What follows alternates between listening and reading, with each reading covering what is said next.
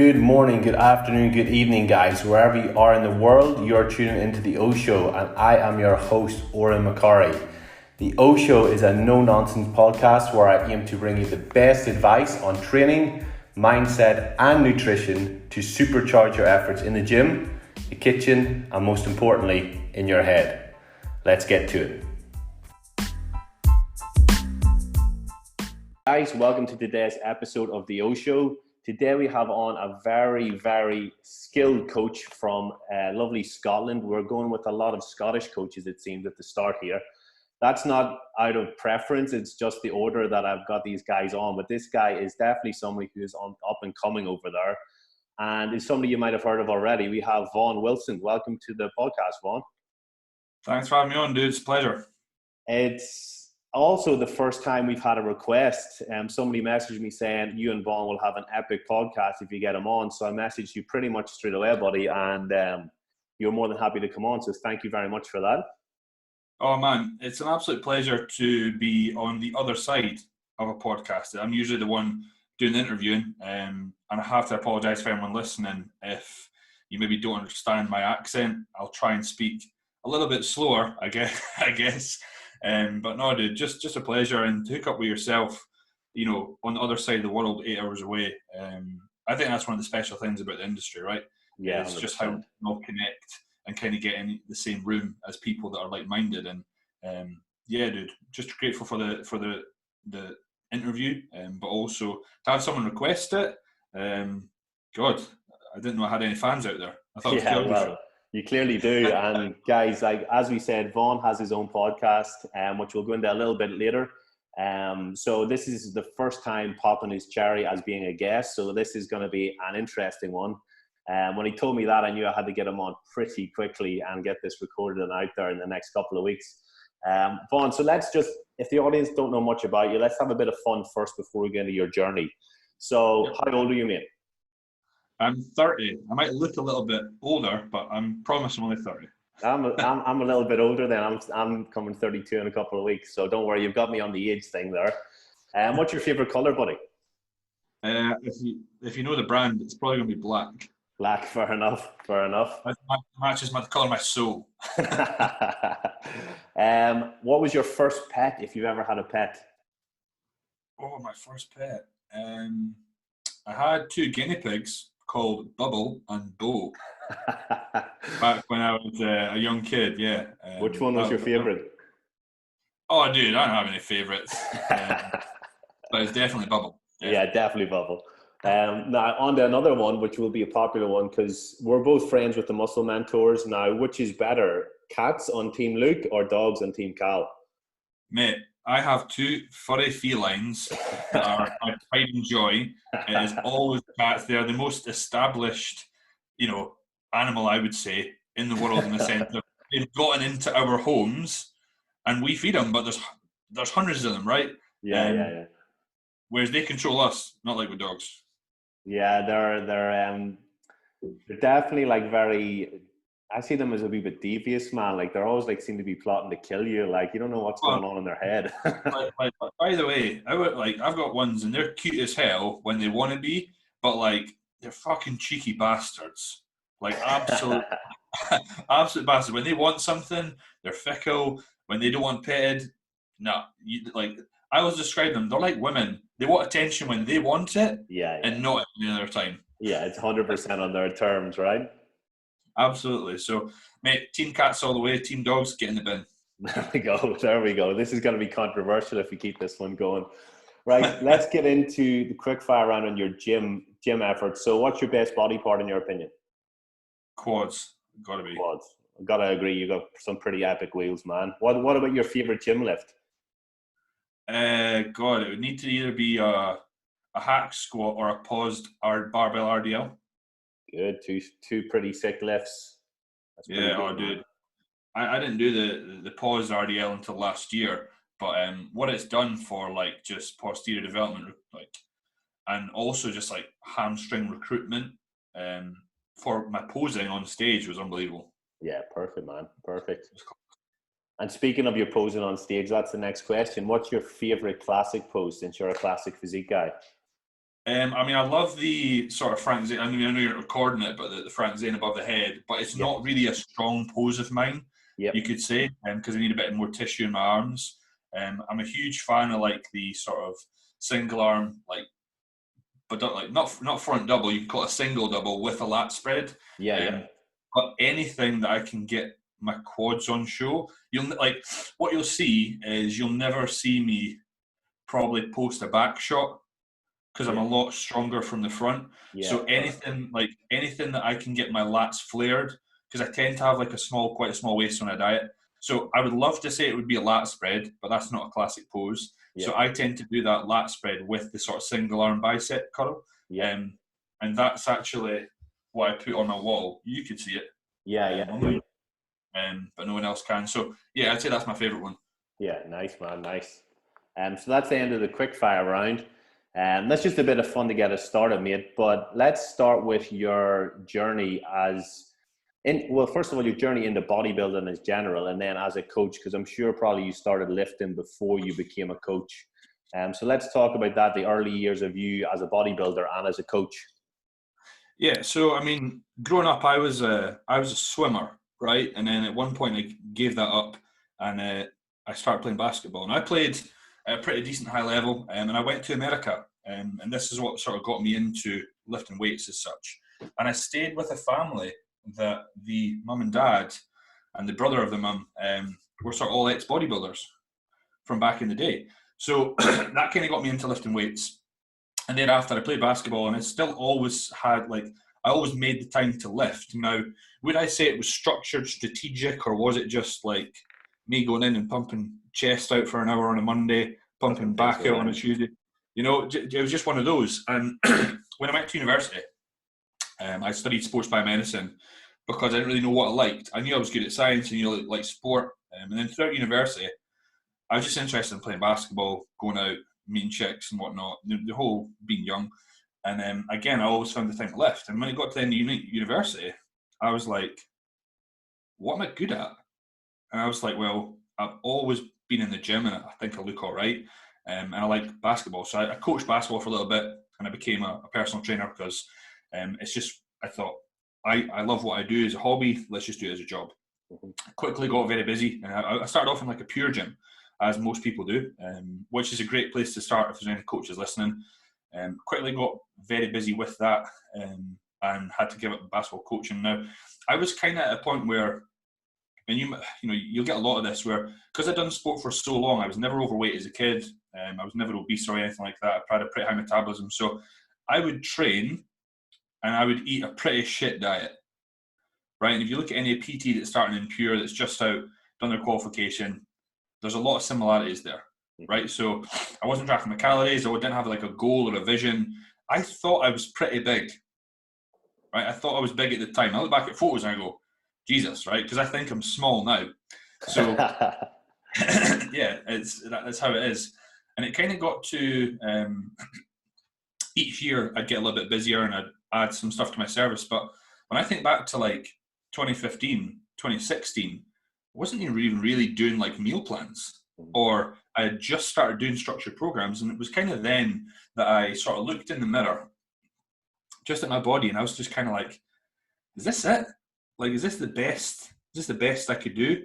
And it was just like a light bulb moment of, number one, I said I was sick and tired of working. I always use this phrase of working with Sheila from Stobswell. Stobswell is like a rundown area here in Dundee. Right. Who wants to just scran kebabs at the weekend, come in for a PT session, and tell me that it's difficult and it's hard. I said, I'm sick and tired of working on that. Now, nothing against this persona of who Sheila is. Yeah. It's just it was frustrating me not getting results with people. But then I looked at my body, and I was kind of like, the body I have kind of warrants me having that client base. Fair. And I said, if I know where I want to go with my business, I need to improve my body. Mm-hmm. And I knew that I didn't have the knowledge to do that myself. So I started working with a coach called, at the time, he's still about, Jamie Drogo. Mm-hmm. And I got structured from that. I learned a little bit from that, and I then implemented some stuff of that into my own business. But I kind of created a vision in my head at that point of my body. I had no direction for business at that point at all. I just knew I wanted to work with higher quality people and get better results. But at that point I said, because back in 2016, I said, right, I want to compete as a bodybuilder on a stage. I said, I want to win. That's kind of what I said.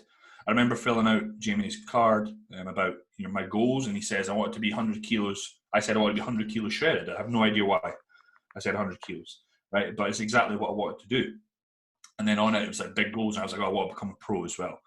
And for a couple of years after that, mate, I'll be honest with you, I was solely focused on me.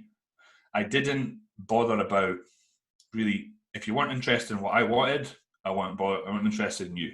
And so I ate my meals, I trained, I slept, I ate my meals, I trained, I slept, just what I done. Competing in men's physique in 2017 and came last, effectively, right? Too big for the category, but I like to tell people I came last. Yeah. Right, because often people can see that as quite a big setback. But in my head, it was just a stepping stone in the journey. I didn't want to be a physique guy. I want to be a classic physique guy, a classic bodybuilder. And then again, after that, I kind of had no idea what I wanted. I came out of a relationship and whatnot. I actually applied for a job with Mark Coles, the guy that does our business mentoring. The best thing he ever done was not give me that job. And he just said to me, he said, go away, Vaughan. He says, you're not quite there yet. He says, you need to go away and spend a couple of years in the trenches producing results. So I went, cool, I'll go do that. Because it sort of fitted in alignment with where I was doing with physique. I was like, I'm spending time in the trenches, just going. So I continued thereafter, but I worked with James Sutton from M10 as a coach. Yeah. So I'm always into CPD and learning, and every single year go to seminars, this and next thing, but worked with James. And that was for a year, again, putting a lot of size. Had no interest in competing that year because I knew I wasn't big enough. But at that point, met my fiance. And then for a good sort of 3, 4, 5 months, I would still bodybuild, but it wasn't my main focus. I was just sort of enjoying the new relationship and whatnot, and we got engaged fairly quickly. And then it got to the end of 2018, and I was like, right, I gotta do something. Did a photo shoot. Could have competed. I thought I wasn't big enough.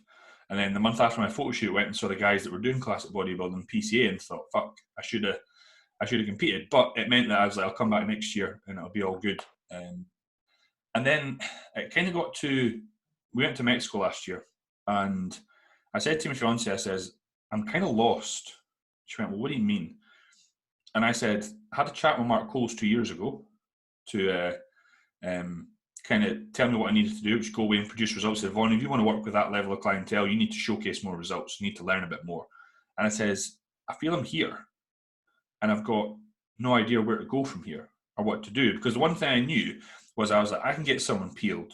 I can put them on stage, put them in front of a camera, and it's all good, I says, but I've got no idea what I want in life. And it was quite a humbling moment to go on call with Mark after that holiday in Mexico. And he says, what do you want? And I says, in life, I don't know. And then thereafter, when I say we, as I mean my fiance, sat down, decided where we want to be in 5 years. And from that, I then made the sort of business vision that I have and I'm working on easy, because I knew who I wanted to work with. I just needed direction with it. And then I thought, right, to have that level of business, where do I need my physique to be? And I said, well, I just need to continue to do what I'm doing, because I'm still on this 5-year mission with my body, but the business mission's just started. So that's kind of where I'm at. I competed, a month and a half ago now. I got a show in before the lockdown, which was good. I felt a little bit robbed because I qualified for the pro qualifier and it got cancelled 8 days away. But it just meant that I could come back next year. I have about 15-20 pounds I could add to stage weight. So the plan next year will be to come back, compete, and if I need to do a regional again, I'll do it. But they said that qualifier could carry over to next year. The plan will be to do pro qualifiers within the UK and then just go abroad every other week to try and grab that, because I think that although the window of opportunity was there for the Ben Weider last month, it wouldn't have felt right, because the guys that I knew that were good couldn't do it because they couldn't get over. So I was like, I don't just want to be handed something from an opportunity. I want to try and actually earn it. But it's all in like what I want to do with my physique and business is all related to the life that I want to provide for my family, because that's my highest list of values. So everything that we'll chat about of where I want to go, what I've done, where I'm heading with the brand or the coaches that I've got and whatnot, it's all to try and it's all to ensure that me and my future family will have the life that we said we want to have. And that's a huge motivator for me. It's massive. I hope that covers my story. I hope that's epic detail, mate. I think a lot of people can relate to a lot of different things in there, whether it's the determination of the family being behind it, or just realizing when you've got to step up and start providing with your physique and that, especially in the fitness industry, right? Because like our body are our business cards, and like you said, at that time your body reflected the client that you had, and now you didn't mention it, but your business actually is more focused on prep clients, right? Like more like first time prep clients, or so we kind of have 3 different avatars, but they're all really in relation to becoming an elite version of yourself. So the word elite will tell you straight away that we don't really do your standard general pop. I would say that the least level of clients we work with would be advanced gen pop, but they are all either future competitors, ones that are going to compete for the first time, or they're within their sort of first 1 to 3 years of competing. On the flip side of that, we've got a lot of clients that just want to do photo shoots. So I often class them in the same bracket or category because the process is very similar. It's very the same. It's just maybe perhaps we're not getting quite as lean. Or we'll get like really advanced gen pop that know they want to do something big, but they know they need like 2 or 3 years. They're kind of like where I was at in 2016. They've got this powerful vision. They know they want to do it. They will do it, but they just need time. So they need someone that'll believe in them and stick with them with their goals. And that's generally what we do is just take someone from where they're at, and I use the word elite. It doesn't need to be on stage or a shoot, but help them become just somewhere they look in themselves in the mirror and they go, holy fuck, I can't believe that's me. Yeah. And if we have that effect, then we've done our job. Yeah, it's powerful. Like whenever you can give that to a client, right? It's like that's what they came for, and you deliver on it. Perfect, job done. Yeah, and dude, I think that the reason all those years ago I wanted to choose that sort of client base to work with is that I just knew how much joy I would get from helping. And I always use this example. For those of you who don't know, I have 2 coaches underneath the brand that are Clara and Ali. Now, Ali's been a good friend of mine for years and whatnot. He was always going to come on, but Clara was a client of mine. And me and Clara started working together, 2.5 years ago now. And I'm quite OCD and quite detailed, and I'm very supportive with clients. And I remember, so I went to her show. She qualified for the British finals last year, UQP. I went there. Now, at that point, we'd worked together for so long, but I do daily check-ins when clients are about 8 weeks out. So it was like 8 weeks out to her regional, and then every single day to her British final. But then again, that was the second year because we had prepped the year before, and we're in like communication every other day. And it's just those moments where I was sitting in the crowd and we were so sure she got 5th, right? We knew we got first call outs, but we thought she got 5th. And I read, like, in our mind, we were like, we want top 3. That was our goal. And they said the 5th person. I was like, damn, we're doing all right. And they said the 4th person. I was like, holy shit.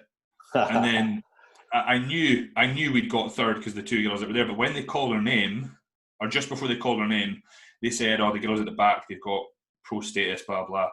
And then they called her name, and I saw the look on her face. And mate, honestly, I started welling up. And then she came forward, and then I saw the look on her face again. And I just put my hood up, and I started crying. Wow. And it's those sort of like, but it was kind of like in my head, it was a moment where I was like, worth it. Yeah. I was like, all that time spent, communicating back and forth, investing, like assessing, and reassessing and whatnot. In those moments, it was just like you can't put a price on that. Yeah, 100%. And those sort of moments are ones that will stay with me forever. So whether it's a moment like that, or whether it's a moment that someone will message me and say, "Hey Vaughan, just want to let you know this has been life changing. The confidence I've got with my husband, or he's telling me how much blah blah." I tend to get very nice messages, and those are the sort of reasons. Like in my head, I go, "This is the best fucking job in the world." Yeah. Being able to wake up to what you do and call it work. So yeah, that was kind of a long-winded answer to who we work with, but why. But what it does for me, it just gives me an incredible amount of joy. Yeah, 100%, man. And you can see the passion in everything you do. Like even like the quality of your podcast, the information you're putting out on your Instagram, it's epic, and you're clearly very passionate. And like you said, those moments when you can give somebody that feeling, it is just powerful. And I mean, it's massive that you can admit that you just broke down and cried. That's massive. Oh, dude, if people know me out there and you really know me, I wear my heart on my sleeve. Mm-hmm. And with this whole lockdown scenario, right? And naturally, there's been a lot of trainers that I've coached. There's been a lot of PTs that I coach that have literally lost all their clients, right? And I had 2 conversations one day. I was on the phone with clients that both told me they couldn't continue because they'd lost all their clients' income. And I was like, yeah, that's cool and whatnot. And, we can maybe perhaps keep going and you could pay at a later date and all that. But then I sat there after these calls, and then I just sat and I looked at like how many of my clients have stayed. And I was like, I'm going to do something for this loyalty. And I just said to them, I went, just to let you all know. And as I'm typing this, I said a massive thank you from me for staying with me, being able to, pay my bills, my mortgage and whatnot. And I like, as I'm typing it, I'm welling up, right? And I said, I just want to let you know that you guys' coaching fee will not go up for the next 12 to 18 months.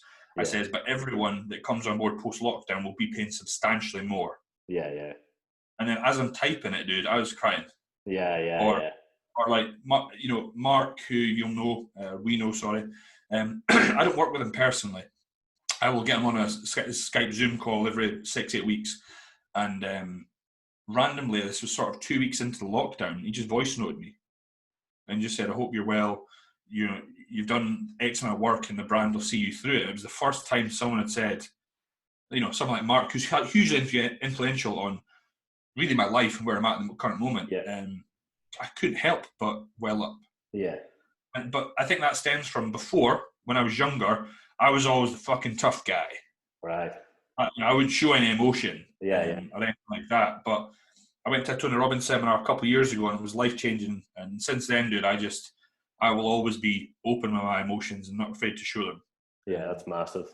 So, yeah. And I think that I'll probably cry at future bodybuilding shows. Because I've got clients on board for a year or two that are competing next year. And it's just a very proud moment. Yeah. To see that and be part of it, right? Yeah, 100%. I can totally relate to that as well. When you see that client get on stage after all those messages, all the potential breakdowns, the tough moments that they've went through and how you've sort of coached them through it. And then you see what they put on stage and how they've presented it. And it's incredible. It's next level. It's next level. 100% agree. So, let's transition into the next stage. So obviously, like, you're quite a high level coach working with people on their goals, but personally, I know that you've committed massively over the past few years to getting the physique that you want in order to get these clients that you want. So you've went through a massive goal setting for yourself and the business. So, and we were talking last week, and you obviously laid out, how exactly you got there and how you would approach this with a client potentially. So I wanted to get into that. Like, how do you set a big goal? And for anyone listening who maybe doesn't have a goal now or isn't sure about all the little steps between now and the goal, whether that's a photo shoot, whether it's losing 10 pounds, whether it's getting a pro card, whatever that goal is, how do they move from where they are now to where they want to be based on your experience and the sort of systems and ideas that you implement personally and with clients? So the one thing that I'll do with any client that comes on board is, we have to have a consult call. And on that consult call, I think I'm a pretty good judge of character with someone and whatnot. And I give you an example yesterday. So I had a consult with a guy, and I could tell the whole time. I went, "Can I ask you something?" And he went, "Yeah." I went, "Are you nervous?" And he went, "Yeah." I went, "You don't need to be." I was like, "He says, oh, it's just all a bit overwhelming, blah, blah." And I said, "Tell me what you want, he went, oh, I'd maybe kind of like to do this and I'd maybe kind of like to do that. And I went, no. Tell me what you want to do. And again, he couldn't answer that. And I said, where do you see your body in the next 1, 3, and 5 years? And he went, oh, well, I don't know. And he says, oh, in 5 years, I'd like to have this. And I went, no. Tell me what you will look like in 5 years, right?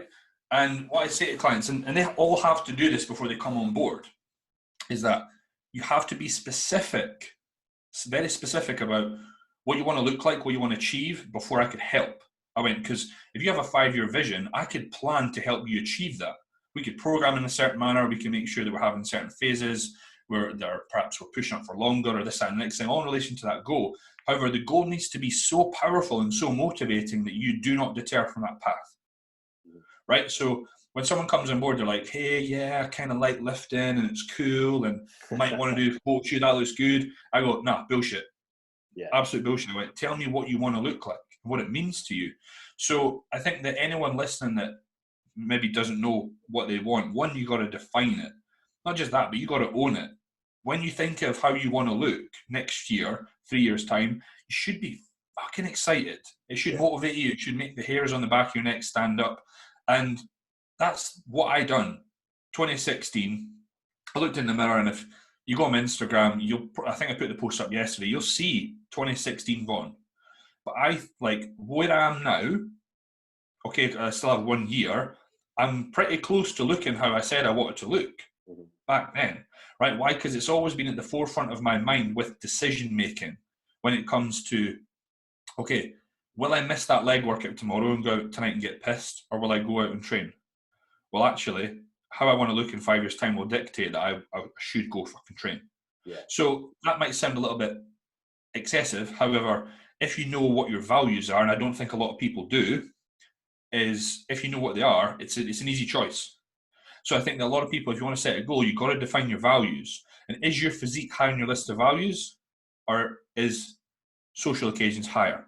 Yeah. For a lot of people, they have all the want and desire, but none of the application. So sometimes it needs to be a lifestyle change.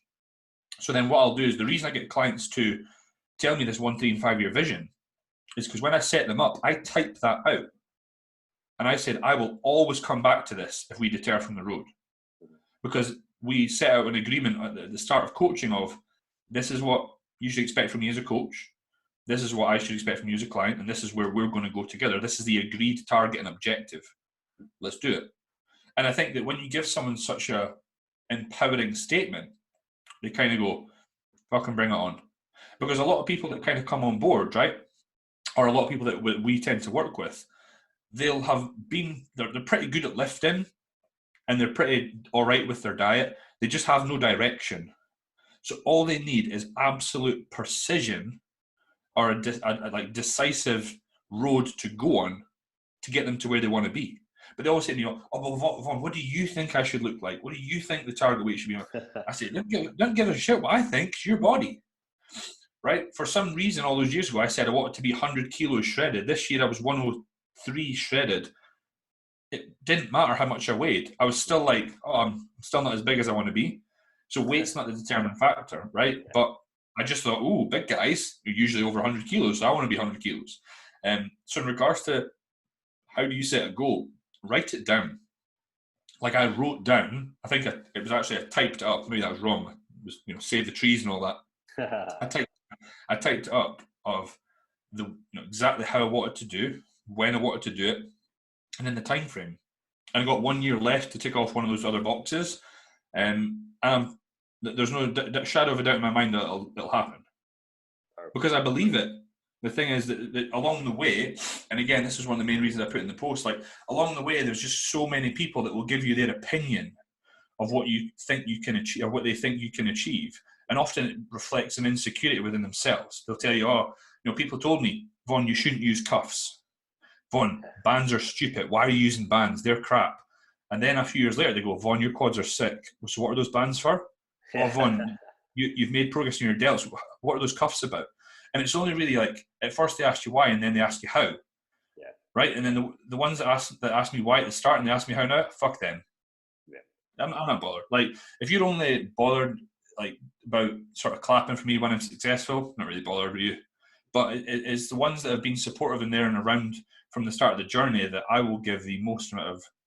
I give as much value as I can to anyone, but I think in regards to setting a goal is having a goal that jumps you out of bed in the morning, that you believe wholeheartedly will happen, and that you see no other choice that it won't happen. It needs to be a must, right? If you give someone a choice between they need to be successful or they die, 99% of people are going to be successful. Yeah. If you approach it that way, then the journey is an easy one. Success is just a mere certainty rather than happening by chance. A lot of people say, "Oh, you're so lucky," and I go, "Fuck, it's funny. The harder I work, the luckier I get." Yeah. You know what I mean? So I think that having just something that just gets you going, like, so before I go into a top set on the hack squat, I'm thinking about how I want to look next year. Mm-hmm. I'm thinking of how the quads are going to look or how my rear double is going to look. I'm thinking and that's been in my mind or some sort of thought like that for the past 4 years before every single set. And that's pretty powerful. Yeah, it's massive, right? Man. So if someone is just training for the sake of it and they go, yeah, well, I hired this coach because I want to do a photo shoot, but I don't really want to do it. Don't do it. Don't just waste your money. Don't waste that coach's time. But if you have something, this is where at times, I'll often struggle when someone tells me they're not motivated and they've told me that specific goal, I really struggle to relate to that. Because I'm like, you have this powerful goal. For me, it's so powerful because it relates to my family. But for someone else, I'm like, what do you mean you're on prep but you've binged all week? Yeah. Right? Okay, yeah, you could go into disordered eating one, and that's a different topic. But I'm like, you've told me that you want to be a pro within 3 years. How does those sort of actions relate to that end goal? Now, again, it's a different story, but I guess to answer your question is how to set a big goal. Have a powerful enough vision that it gets you out of bed in the morning, and again, it makes you not deter from the straight road that you need to be on. Yeah. And what about, so people who set this big goal now, like that's massive. They've taken action. They've said, Vaughan, I want to be a pro in 3 years. Now, not everyone has that unlimited motivation, and actually motivation is very fleeting. They don't have the unlimited dedication, probably, I should say. And they're going to have these little blips, whether it's, family issues, work issues. They're going to have all these potential things that might derail them.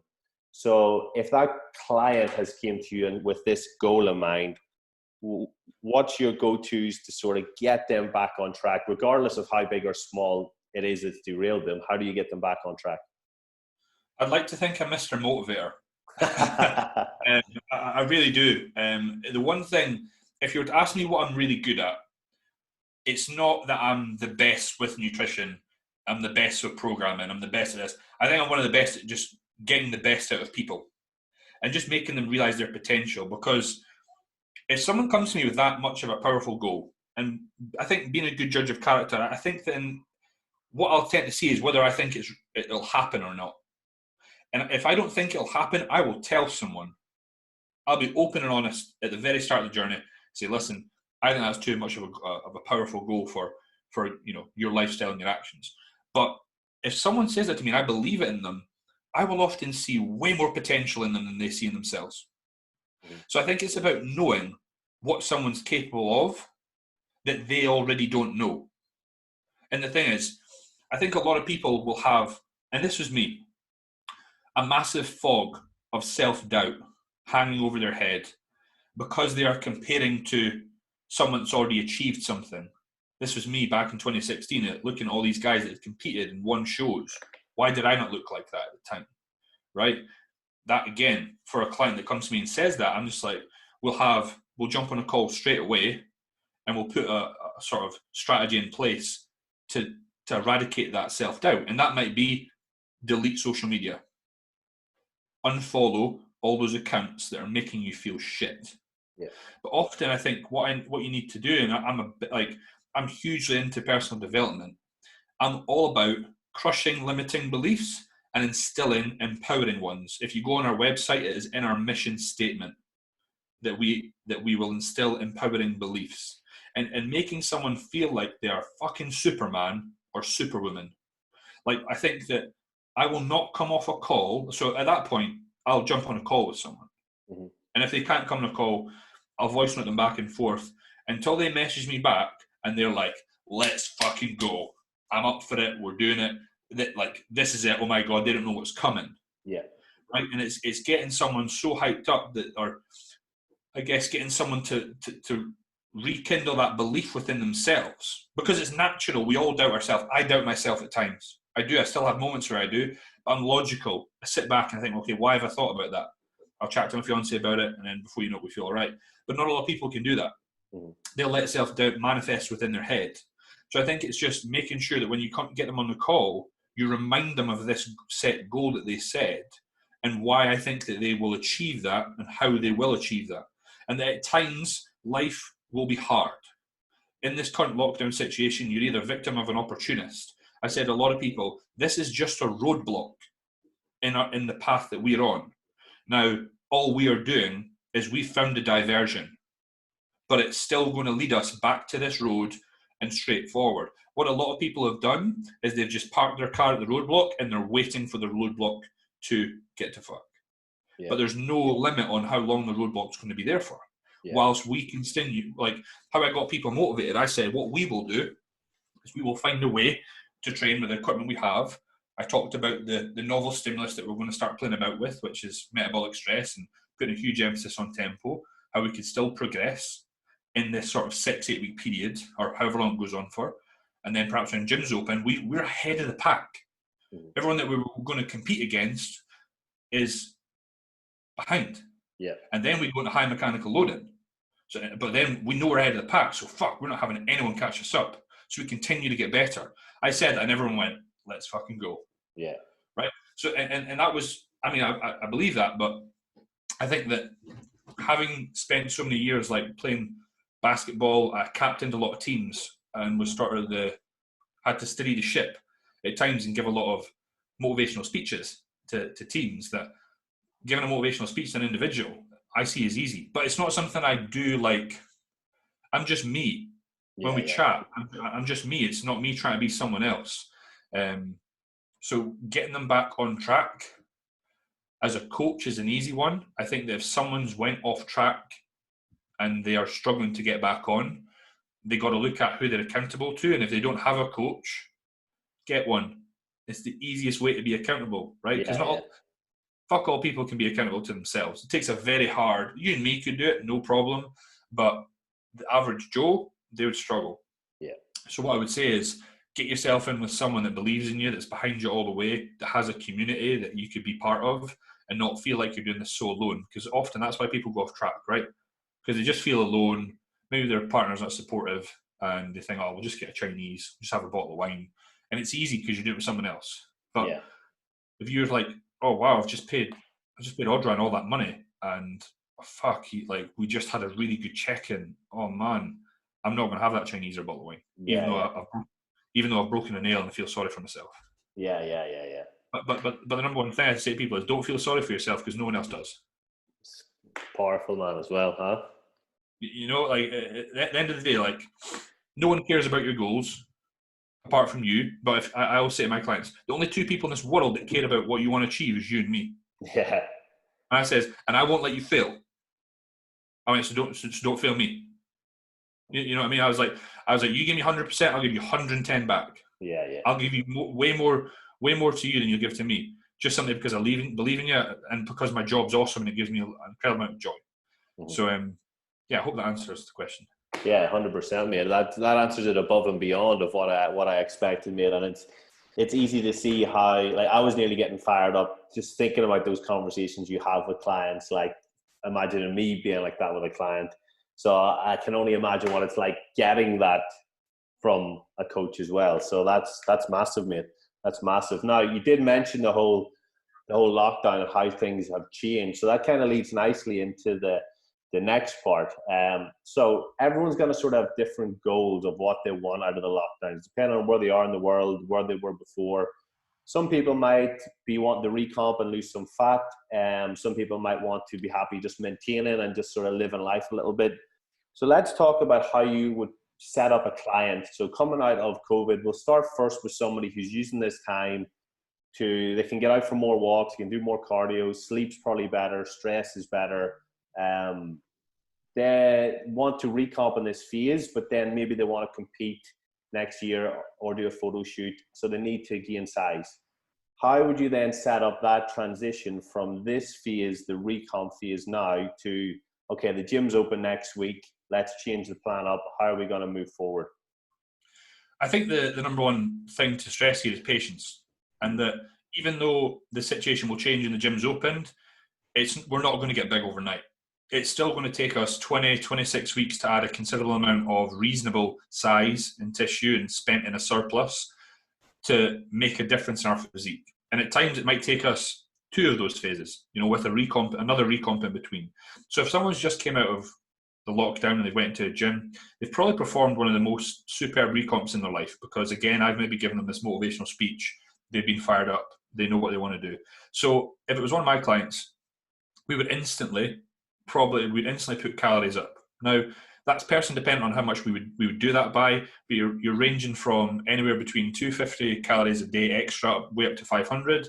By that point, we may have said, right, listen, we're going to have a small increase, but we're actually going to implement a free meal off plan, because you're now able to go see your family or your friends and have a meal on. And they go, oh, brilliant, wow, that's so much better for their sanity. Now, then you need to consider their programming and their output as well, like the cardio and their steps and what they're doing. So you're probably pulling back. I'd say you're instantly probably going to try and pull back their cardio, because their steps might go up straight away, especially if they are just, a lot of people I work with are PTs, or they're people that are just very, very active. So maybe that would change, maybe it wouldn't, but cardio would certainly come down. Now, training-wise, a lot of my girls will be on upper-lower splits because of the equipment they've got. They've been going upper-lower off, upper-lower off, upper-lower off, and then every 2 weeks having 2 full days off. My guys have been going push-pull legs off, push-pull legs off, and every 2 weeks having 2 full days off, right? It's not optimal, but why are we doing it? Because in this current environment with the load that they've got, all we've done is increase frequency, increase total cumulative load across the week. We've made sure that we've increased metabolic stress work because we've put in a little bit more supersets, isometric tension, contractions and whatnot, and a lot slower tempos. So that's all well and good for a time. We're not going to grow much off that, right? But this recomp phase, it's all been about maintaining what they've got. But now you've got to think, right, we now have the availability of equipment, but also we have the mechanical load to start getting fucking huge. So let's take away the extra metabolic work that we were doing. Let's go back to, let's say, moderate tempos. We'll still control it, but we don't need to be doing, 2-second holds and 2-second concentrics and whatnot. And let's start giving it the fucking beans on the hack squat and whatnot again, and focus more on mechanical loading. Now, in that first week that they go back to that training stimulus, they're going to be fucked. Yeah. Right? Right? Because they're not used to it. But what I'll tend to do with the girls is, my girls will still always run full upper body, right? When they train upper body, they'll kind of go lower, upper, then they'd have a day off. They'd go lower 2, then they'd have upper, but then they'd have a full body day. Like, so that sort of, rather than like a lot of girls will do 3 leg days. I like to have, like, say 2.5, and then like half legs and half upper body. So again, it'll just be 5-day split. Because mechanical loading's higher, I think there needs to be more recovery than what they're doing right now. My guys, rather than run push-pull legs, which some of them may continue to do, again, it's person dependent, they will probably drop to, like, what I tend to do is I'll do a lower day. The next days they'll use like a full upper push-pull. Then they'll have another day off, and they'll train lower again. Then they'll have push, then they'll have pull. So it is a push-pull leg split, you could say, but with a full upper body day in there. Some people do that and they put like a density day in there. But again, the same idea applies with what the girls were doing, because you're changing the program up, and you're reducing sort of metabolic stress and whatnot. You're reducing metabolic stress work, but you're adding mechanical load. You have to think that you have to match the now training demands and recovery demands from that with their caloric intake. So you might find that you instantly put calories up by sort of 300-400 a day, and within 4 days of being back to training, their weight's down. You go, shit, right, doing more food. Where am I going to put that in? I'm going to put it in peri-workout, intra, post-workout 1, post-workout 2. But by that point, we should have already been mapping the journey out. Like, we don't know how long this lockdown is going to go on for, but straight away, once we know it's over, that's going to be a busy week. Yeah, big time. Right? It was a busy couple of weeks with clients getting them all on home workout plans, and I find myself with every week that passes, clients get new equipment, so I'm updating old plans. So then you have to change all your clients back over, but then you need to give them all a direction of, okay, this is where we're at now, this is the time frame to the show, and this is where we're going to be by the end of this month, that month, the end of the year. This is where body weight will be. If it's guys that are assisted, this is potentially where we're going to run blood work. This is where we're going to cruise. This is where we're going to blast.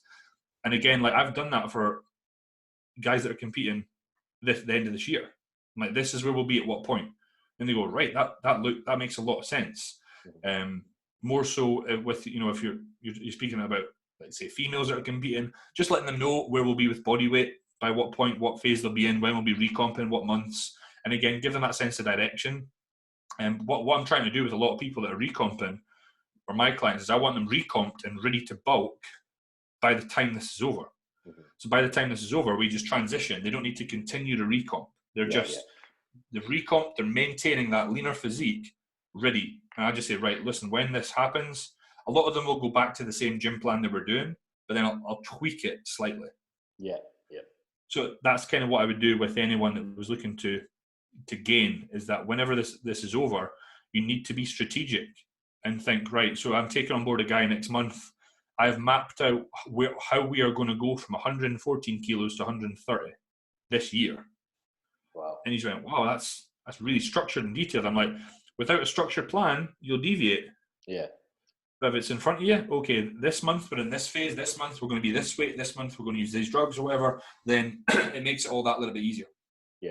Yeah. So there's a lot in there, man, and it's actually very similar to how I imagine it's going to be. Like, I don't know when the gyms here in Australia are going to open, because we're in quite a good position versus the UK, but I've got clients in like loads of different countries across Europe and Canada and stuff, and like every person is going to be going through this just at a different phase. So I've kind of sort of thought ahead of how we're going to plan through this. And I think the main thing of what you said in the previous bit as well about the goal is you need to have that laser focus of, this is where I want to be. Like, if the person wants to do the photo shoot or the comp next year, like they might be thinking, oh, I'm enjoying having, you know, abs now again. I've recomped, I've dropped some fat, I'm feeling really good.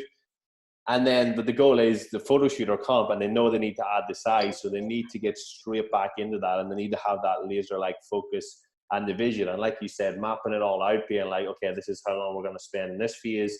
Then we're going to have a break, and then we're going to go again. And then this is how your next year might look in the lead up to the shoot.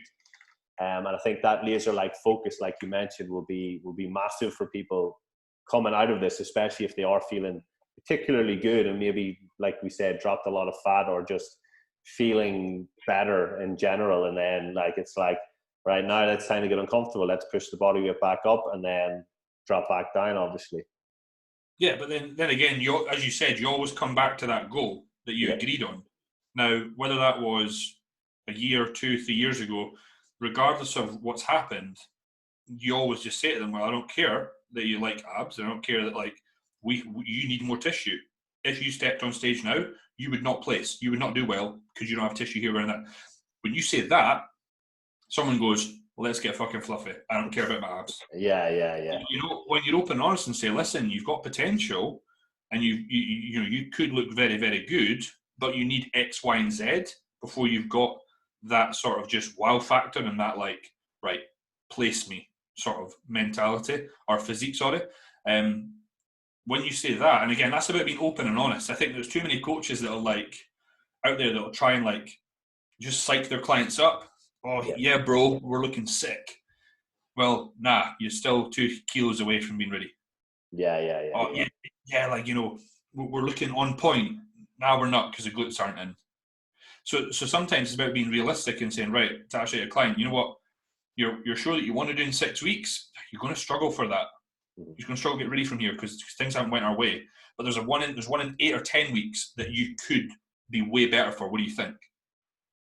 And then they go, right, they're maybe a bit gut at first, but then they go, wow, I'm so happy because I wouldn't want to step on stage not ready. Yeah. So again, it's just about always being open and honest with clients and just giving them a reality check of, listen, abs are great, but really being lean's really, really shit for trying to gain tissue.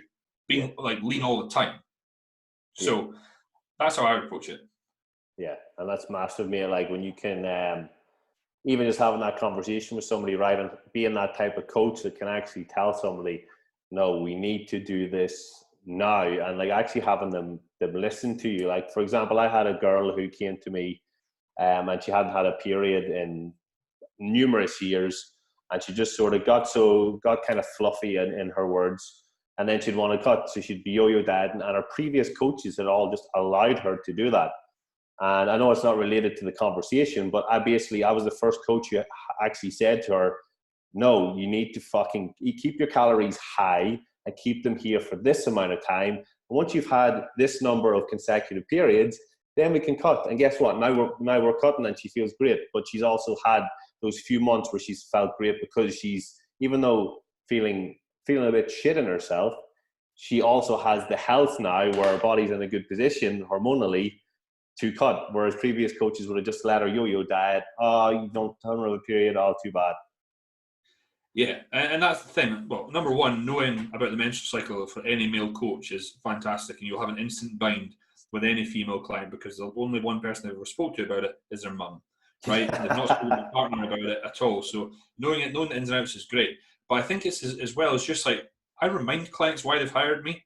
Mm-hmm. Like I had someone who we were planning on prepping for a show say, Vaughan, just with what's going on and my mental health and that, I'm not ready for prep. I'd like to go straight into an off season. And I went, okay, I understand that your mental health's not in a good place. However, body composition is not at a point that we can go into an off season. Mm-hmm. We have too much body fat right now to start pushing up. We're in a great place to start a diet, but if we started a gaining phase, you need to diet in 8 or 10 weeks' time. So I said, what we need to do is just maintain whilst mental health improves, the situation improves, whatnot, and then we could speak about pulling body fat down. Mm-hmm. And they were like, well, what? They asked again, well, I was in a good spot to diet, so I'm in a good place to push up. And I went, I'll say again, body composition is not in a good place for us to push back up. Yeah. In layman's terms, I'm trying to say we have too much body fat to start gaining at the current moment. And we need a leaner set point so that we can gain for 26 weeks. So in a nice way, you're saying to someone, listen, you're too fat right now to bulk. Yeah. But I'm saying it in a very professional manner that's related to the end goal. Yeah, yeah. I'm always coming back to, well, listen, remember, you want to compete at this time. Like, you won't be looking back, being frustrated at me for the decision that I'm trying to make that has, your best interest at the forefront of my mind. All you'll be thinking back, you won't be thinking back. You'll just be like, this is sick, we achieved this. Mm-hmm. This is great. Yeah. So, yeah, I think that just being open and honest has served me so much better. Yeah. 100%. Like if a client checks in, the first thing I do is look at photographs. I won't look at the check-in sheet first. And there's so many occasions last year, that they checked in with the photographs and I was like, these are off. What have you been eating? Like, what's going on? These are not good. And they're like, what? And I open the check-in sheet. There's nothing on the check-in sheet about overeating. Nothing at all. But because I've said that, and specifically about the visuals, they go, yeah, well, I had a curry and then had some chocolate and had a cake. I'm like, why are you trying to get away with this? I was like, I've worked with hundreds of people to know that these calories, this output, this expenditure, with someone of your, muscularity, your height, genetics, should do this to the body. I went, so you can't kid a kidder. And it took a while, right, over years to learn how to just have a look and just know if someone's improved or not. And I had someone check in yesterday. I was like, hey, you've got the sheet for me as well? Oh, no, I forgot to do it. Can I send it on Monday? And I went, have you been overeating? And she went, oh, how do the visuals look though? And I said, this is why I'm asking. Yeah. And she went, what? I just sent a screenshot last week, 2 weeks ago, and now, and I was like, we're worse. We're supposed to be dieting, So again, it's just, and that's not me being a dick, right? And the reason why I maybe at times might come across abrupt, is because I see so much more in the person than they're seeing in themselves in the actions they're doing. Mm-hmm. I'm like, but then again, potential is nothing without application. You know what I mean? That's a big So thing. if we're always relating back to the goal, I at times then struggle to think, right, you know, pulling my hair out, you've told me what you want to achieve and it's huge. It's such a huge goal for next year, the year after, but your actions right are not reflecting. I think we should reassess the goal. Or maybe perhaps I've got a client, you know, had some clients this year dieting for shows that kept overeating. And I went, we need to consider a later show or pulling out of prep immediately and not competing. Mm-hmm. And they went, what do you mean? And I went, you're not going to be ready. What do you mean I won't be ready? I went, well, we're 8 weeks away. We need to be this weight. We need to be this condition. And we're not there because of the actions you've been doing. Or maybe perhaps they've signed up and they go, oh, there's no going back now. I went, no, if you're not ready, you're not competing. Yeah. I mean, because you're not representing yourself up there, you're representing me. Yeah. I mean, it's a team, it's accumulated effort. And again, that might seem very harsh, but it's just direct. Yeah. It's firm. And a lot of people respond really well to that. And the ones that don't, I coach differently. Right? The ones that need their hand held, hold their hand. Yeah. And I'm Mr. Nice Guy. But I think any good coach coaches people differently. And there's some people that need me to go completely through them to respond really well. And I have other clients that if I'd done that, they would stop coaching. Yeah.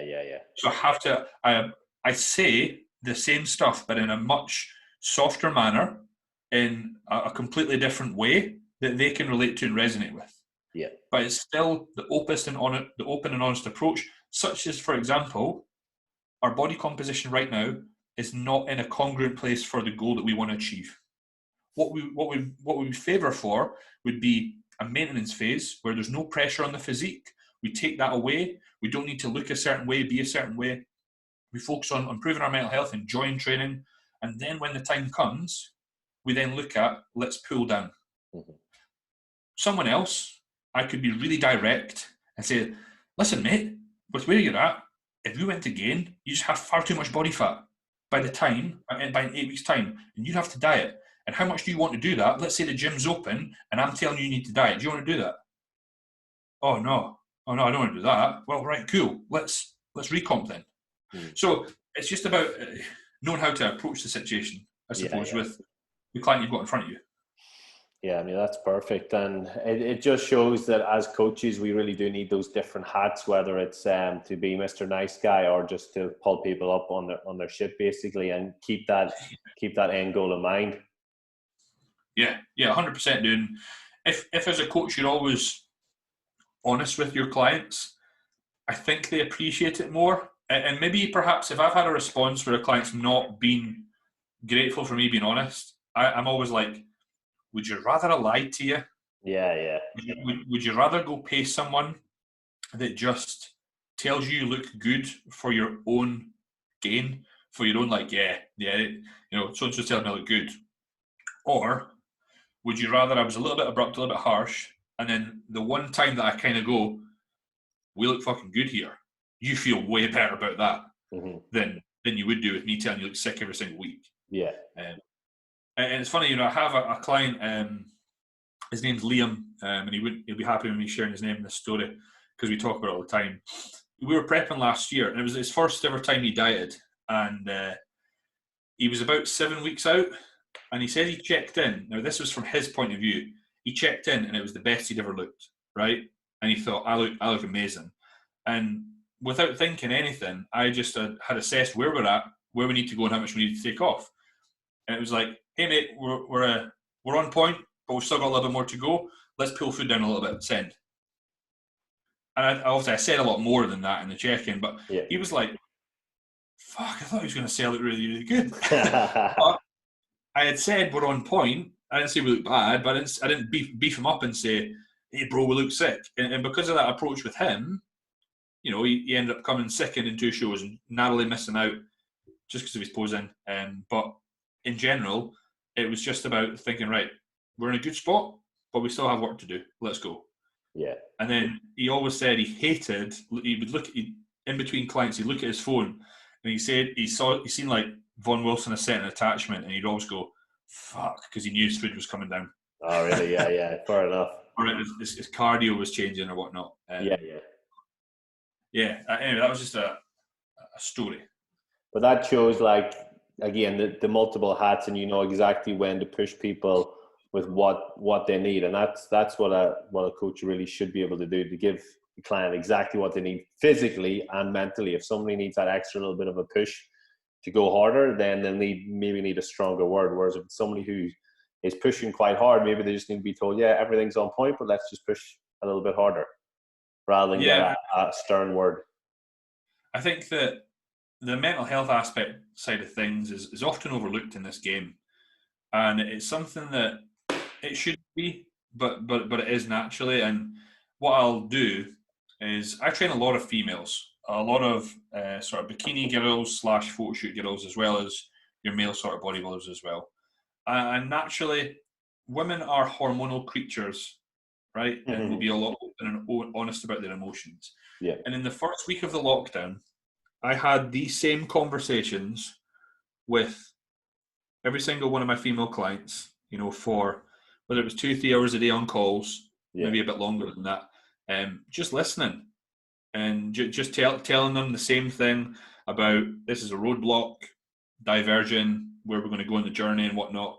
And it got them all fired up. But I think it's any coach out there, the one thing I get asked this all the time, how do you become a good coach? I'm like, just actually give a fuck. Just care. Just care so much more than anybody else. Not because you want to be the best, just because, like, if you do, people will really appreciate that.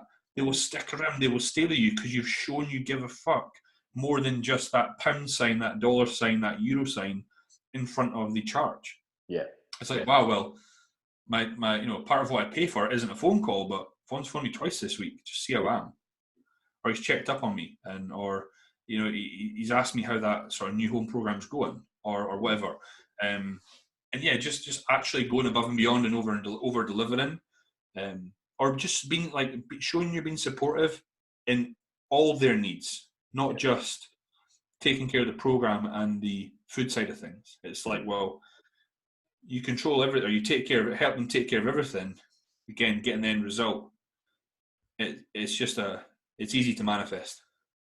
Yeah, man, that's epic, man, and I can see why. When Rick requested you as a thing, he said you and Vaughan are going to have an epic call, mate. I think we've got a lot in common in terms of our approach to coaching, our personalities, mate. We even have the same physique coach and business coach, and we both use our initials as our business. So, like, there's been a lot going on here, mate, and it's been a great call. So I don't want to take too much more of your time, buddy. It's been very valuable so far. So let's talk quickly about your podcast and your Instagram and how people can get in touch if they want a bit more Vaughan in their life.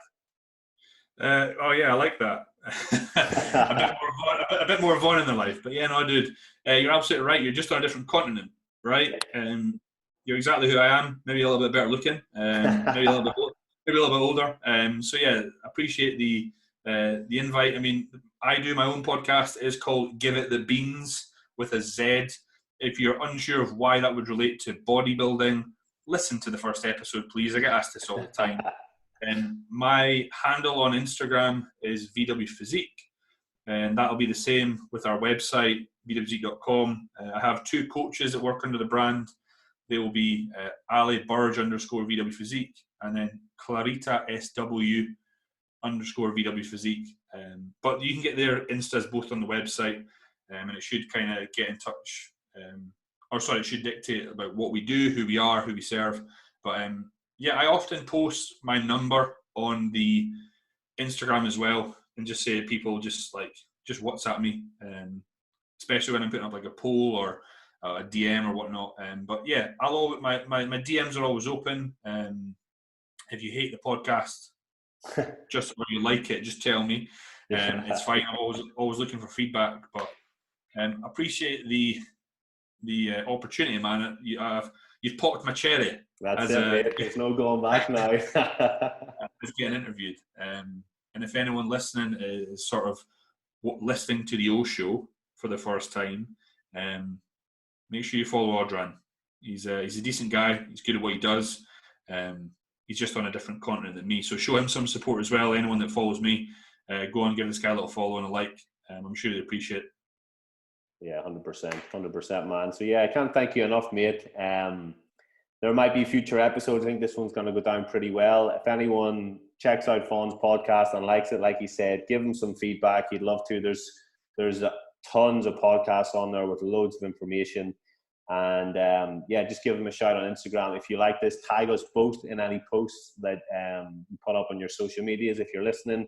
And until then, I'm going to end with Vaughan's catchphrase. Until then, let's give it the beans. Yeah. yeah, I love it. All right, buddy. You have a great day, and I will speak to you soon. You too, mate. Take care. Thank you.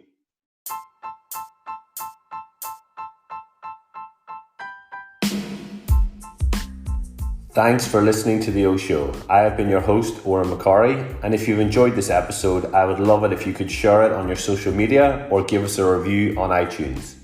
I can't wait to see you on the next episode to dive deeper into topics and guests that will supercharge your efforts in the gym, the kitchen, and most importantly, in your head.